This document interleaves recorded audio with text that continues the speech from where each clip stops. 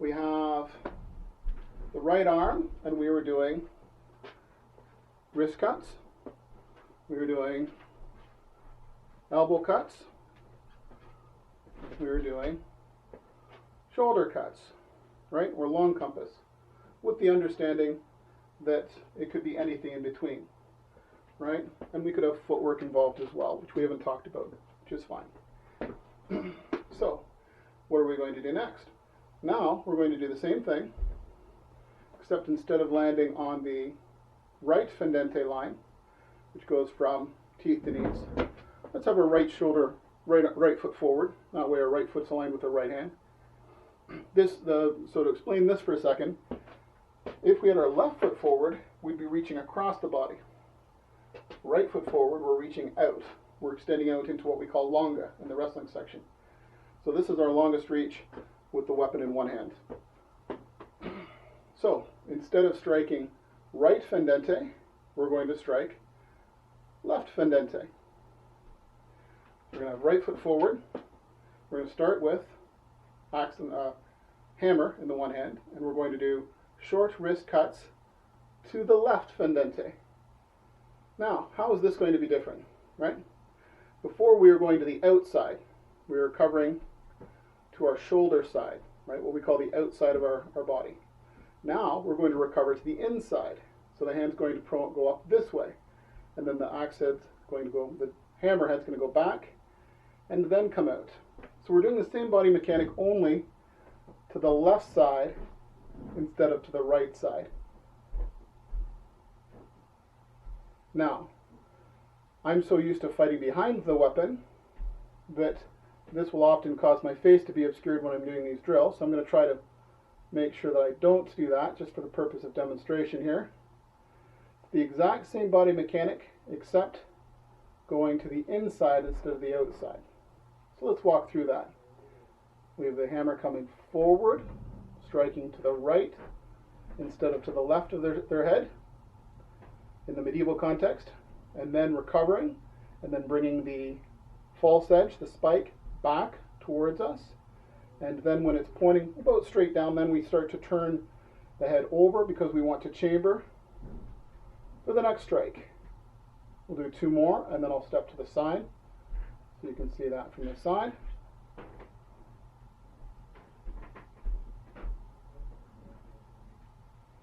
And if we all remember, towards the end, I'll show what this looks like with a shorter sword, just for context. Good. I'm going to step to the side. I'll show this from the side a couple of times, and then we'll switch to the left hand. So this should look very similar to what we did before, because it is very similar, except now we're bringing the hammerhead down to the left. And then back, right about here, I start turning the wrist over, and now it's chambered and ready to go forward.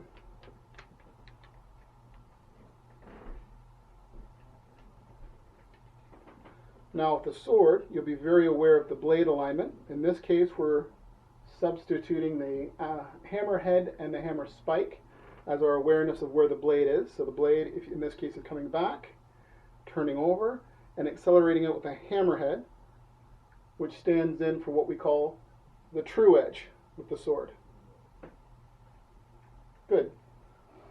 Roll your shoulder. I'm just going to take a second, see if I remember where I put my shoulder weapon. So just keep drilling for a second. I will be right back. There it is.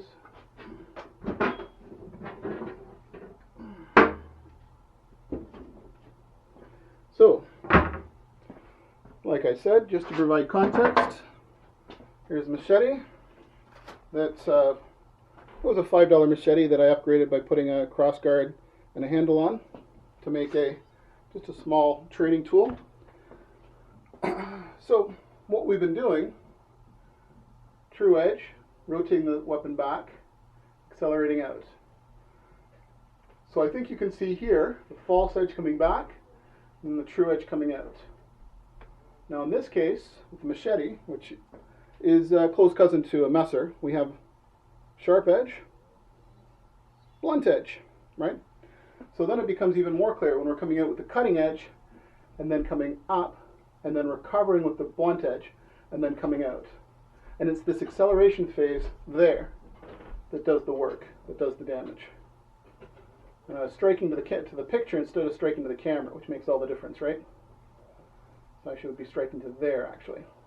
Now the cuts we're working on here are what they call reversi, right? Reverso. Coming back, turning the blade over, now it's chambered and coming out, right? So that's what it looks like, and that, again, coming back to apartment friendly sort of drilling, it comes with a sheath, so you can put a sheath on it and train without accidentally hitting something, and it's short enough that I can do it even with short ceilings here. So let's switch the left hand. Left foot forward, left hand, and we're going to strike to the inside, which in this case is going to be to the right. And then turn the handle over, and then rotate back, and then turn over, and then out. Now, some classes will do this for an hour. I tend to be impatient, and I tend to go through and say, let's do this for 5 minutes and move on to the next thing, and let's cover as much material as we can in the class. Part of my goal with these videos is to instill a little bit more patience and discipline into myself through subjecting you guys to more repetition. I mentioned earlier polishing the stone. This is where the more time that you spend before in-person classes drilling the basics, such as posta, footwork, body mechanics such as this, the more it'll just become automatic. You won't even think about it anymore. And then you'll get more out of the drills in class, and you'll get more out of the free play, because you'll be more relaxed in the free play and the drills, which means you'll be less tense. Turns into more endurance, faster response times, and that's what we're looking for. We're essentially training our bodies in the language of a martial art to the point where we're so fluent that we can just have on-the-fly casual conversations, even sometimes between multiple people at the same time, no sweat. So that's the goal. As well as in isolation, just trying to keep from climbing the walls and screaming at each other.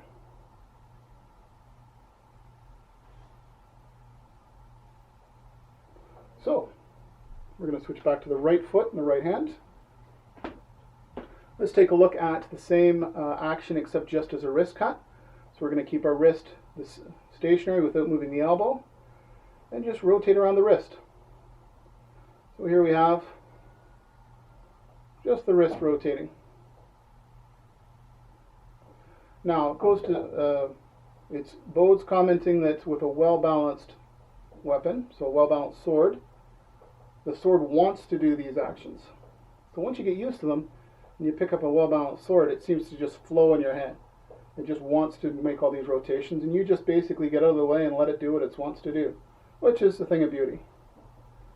With training tools such as a hammer, it will feel more awkward, right? Let's face it, it's not a sword, but you have a little bit of weight, you have reference points, the hammer head and the hammer spikes, and you can definitely go through the motions, right?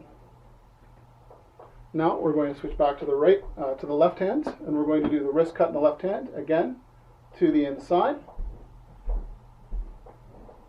For those that have done this for a while and get bored, or perhaps they're already very strong, have very strong wrists and arms, then they can use heavier hammers, right? Looking over at my bench here, I've got lighter hammers, I've got standard 16-ounce hammers, I've got 32-ounce hammers, heck, there's even a 4-pound sledge. Now that leads to the conversation of mace ball exercises, which we'll look at in another day, but essentially using a 4, 6, or 8-pound sledgehammer in order to exercise is another thing that we can do as part of these isolation exercises.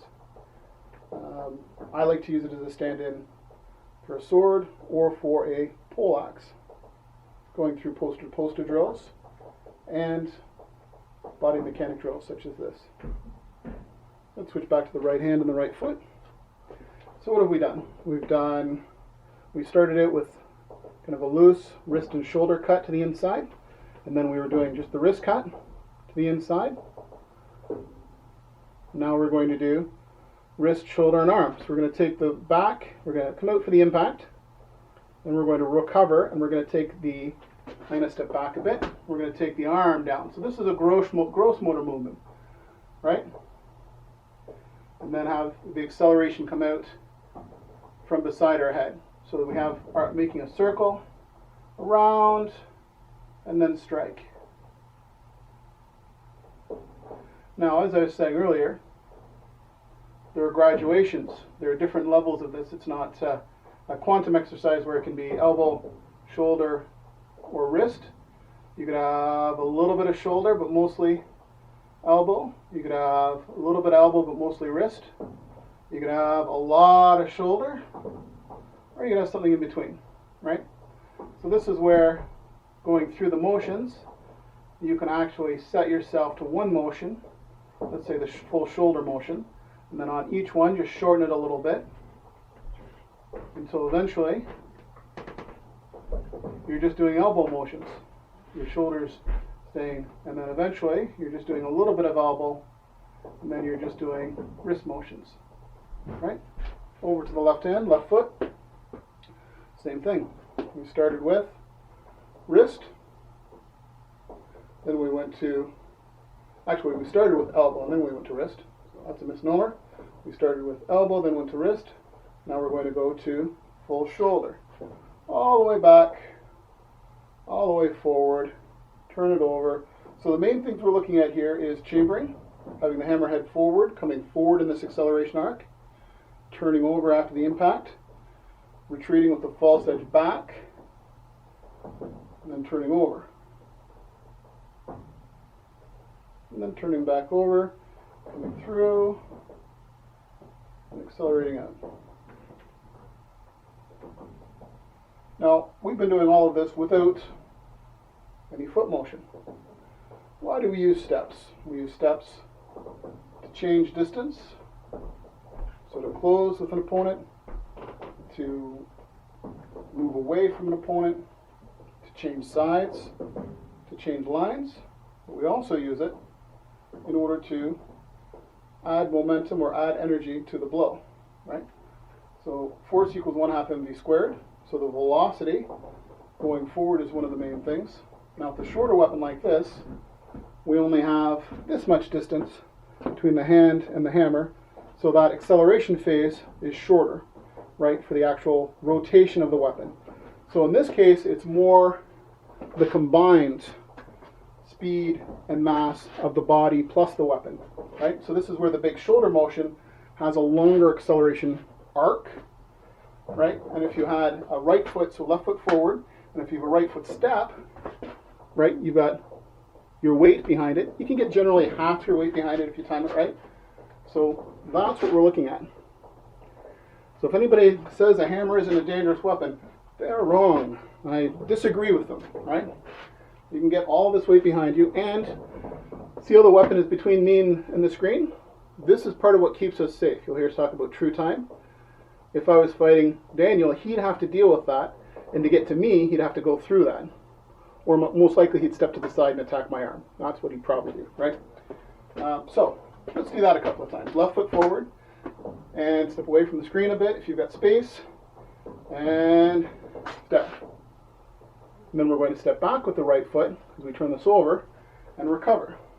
So now we're operating in 3D. Going out and back. Now, if you're space constrained, these do not have to be large steps, right? We can be here, I can go here, and then here. Just a little left foot, right foot forward, right foot back. You can feel your weight landing with the blow. Now you'll see different placements of the left hand, right? I've been keeping it mostly down here at Iron Gate. Sometimes you'll see it creeping up to here, because my inclination, my training, is to strike with the left hand with the right, right? You'll see that with the dagger strikes as well. The left hand goes with the right, because then the left hand can do other things. It can punch, fish, fish. So we can strike or we can strike. So this hand waving is assuming, let's say I'm facing Daniel and he comes out to block my weapon with his weapon, right? So Daniel, I'm going to ask you to demonstrate. Good. So Daniel's going to hold his weapon out. I've come in and he's blocked the shaft of his weapon with the shaft of mine. And neither one of us are going to sit there and look at each other. We're going to disengage and find another line, which is what we call fighting at largo. In the Fiore system is fighting with the weapon. Or, if his hand's down at his waist and my hand is here, I'm going to grab the inside of his wrist, turn it over, or push his elbow, like in the case where, so if you go, move your hand to the left, so I push his elbow, that opens up his left line. So now I can strike that side, and he's going to go back to the other side to block that. Now I can fish to the inside and strike to that side. So as soon as we get to that spot, right, as soon as he sees me starting to fish, he should be stepping back or he should be counter fishing. So these are advanced topics. I'm getting into the weeds, and I'll retreat back to the basics in a second. But Daniel, if you come into a counter there, and he's got his hand there, right? So I didn't have my hand there, he did. He's going to totally take that line. The only thing that would maybe save me is if I get back and over, in which case he's going to go to the other line. He'll retract the weapon and go to the other side. And if you wouldn't mind holding up your hammer, Daniel, holding it up like this, that's a nice hammer. That's a lineman's hammer. So I have a shorter hammer today than Daniel does. His is about here. That's an excellent one to use for these sorts of things. They're usually a bit more expensive, but occasionally you can see them on sale, or you might find them online for sale. So that, in my mind, is much closer to a footman's mace than this one. This one does the job for what we're doing, but I have hammer envy right now. Good job on that hammer. So, going back into basics. We were on the right, left foot forward, and we were stepping with the right foot as we came in. And then we were taking our left hand, so let's extract back. As we strike in, we're going to bring our left hand with our right hand, so then it lands on our left forearm to left inside of elbow. So we do this with dagger, right? And you'll see something similar in the Bolognese art, I believe, because now it's going to be accessible, right? So there's nothing wrong with having it to the hip, having it up here, if we're fighting at extreme distance. But with a short weapon like this, anything shorter than your forearm, essentially, right, the contact distance is going to be closer. So we're going to have our left hand come up with our right hand, and then when we come back, it's going to come back with the other hand. So we're going to have the left hand come out, and then turn over, and then the left hand's going to retreat back. Now there's nothing wrong with putting it back to iron gate here while you wait for the next phase, and then have it come back and join each other. Because then it's accessible. If I'm coming back and Daniel's coming in, my left-handed iron gate is accessible to use some of our dagger blocks, which I would come out at the wrist. So we're going to have the left hand come out with the right hand, and we're just going to do a few of these. We know the recovery. We're going to be doing full arm, wrist, shoulder, elbow cuts with a step, with the left hand included. So let's do 10 of these on the right, then 10 of these on the left. Everybody good? We're all good? Good. Udon on the right, and strike out. Left hand with the right hand, turn it over, and then step back. Left hand going back to the hip, which is iron gate. And again.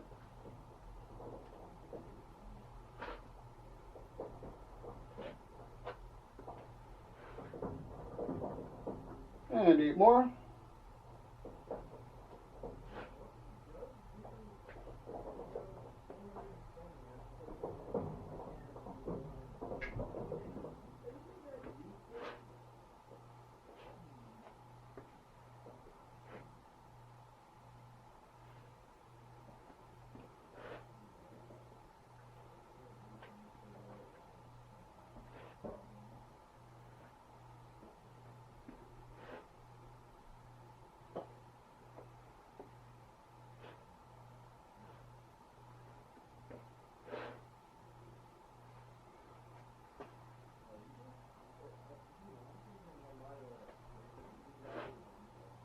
Good.